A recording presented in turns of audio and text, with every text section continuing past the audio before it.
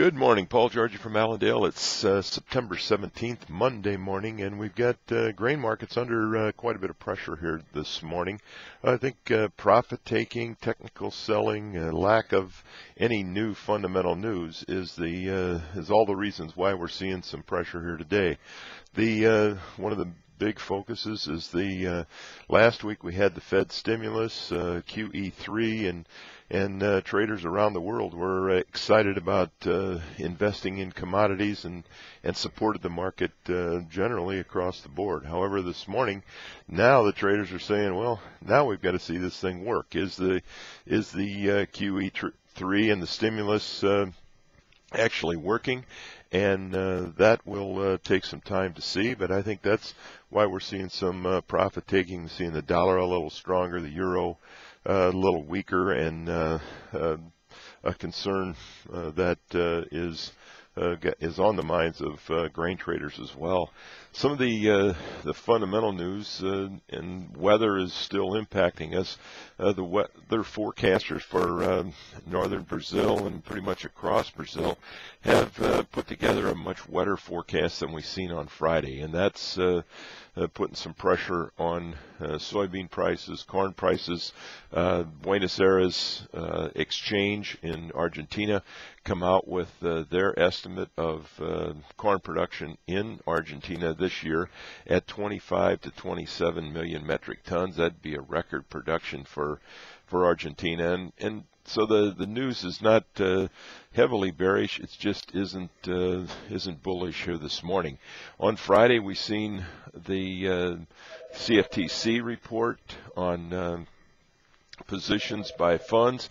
Funds liquidated last week about 31,700 contracts of corn and reduced their soybean positions by about 13,500. So funds pulling away from the market in a time where we had some strength last week at times, but the main thing I think we're thinking of here this morning and traders are dealing with is the technical action.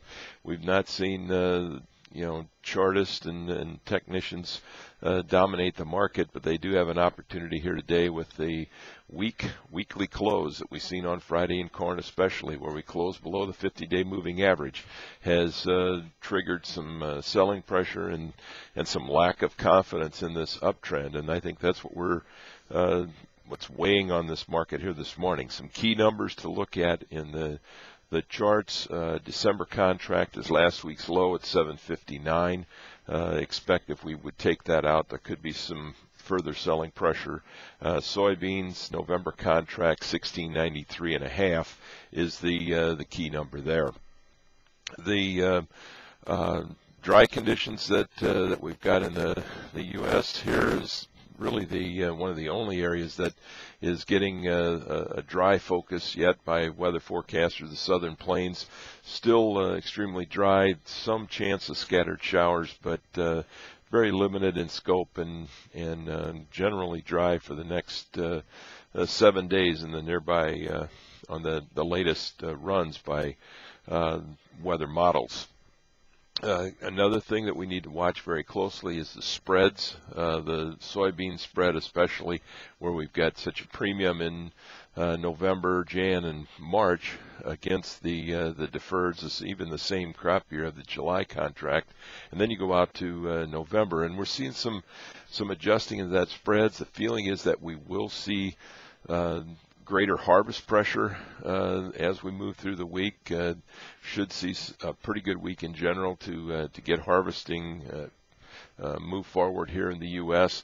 We do have harvest progress numbers out this afternoon. Trades expecting somewhere in that 23 to 25% complete on corn and anywhere from 8 to 10% done on soybeans. The livestock trade, expect steady markets there, and we will be impacted a little bit by the outside markets and the macro markets in the livestock. But I think in general, with a weaker corn price, we should see feeder cattle prices start out higher here today, and spreading will be a big factor in the livestock again today. With the weaker grain prices, likely you'll see some some bear spread unwinding where we could see October a little firmer than the deferred contracts because of the potential for cheaper grain prices and lack of liquidation here in the nearby contracts. So a lot of things going on. Look for an exciting week here as we move forward. If you got any questions, don't hesitate to call us here at Allendale at 800-262-7538. And we wish everybody a very successful trading day, and I'll talk to you tomorrow morning. Thank you.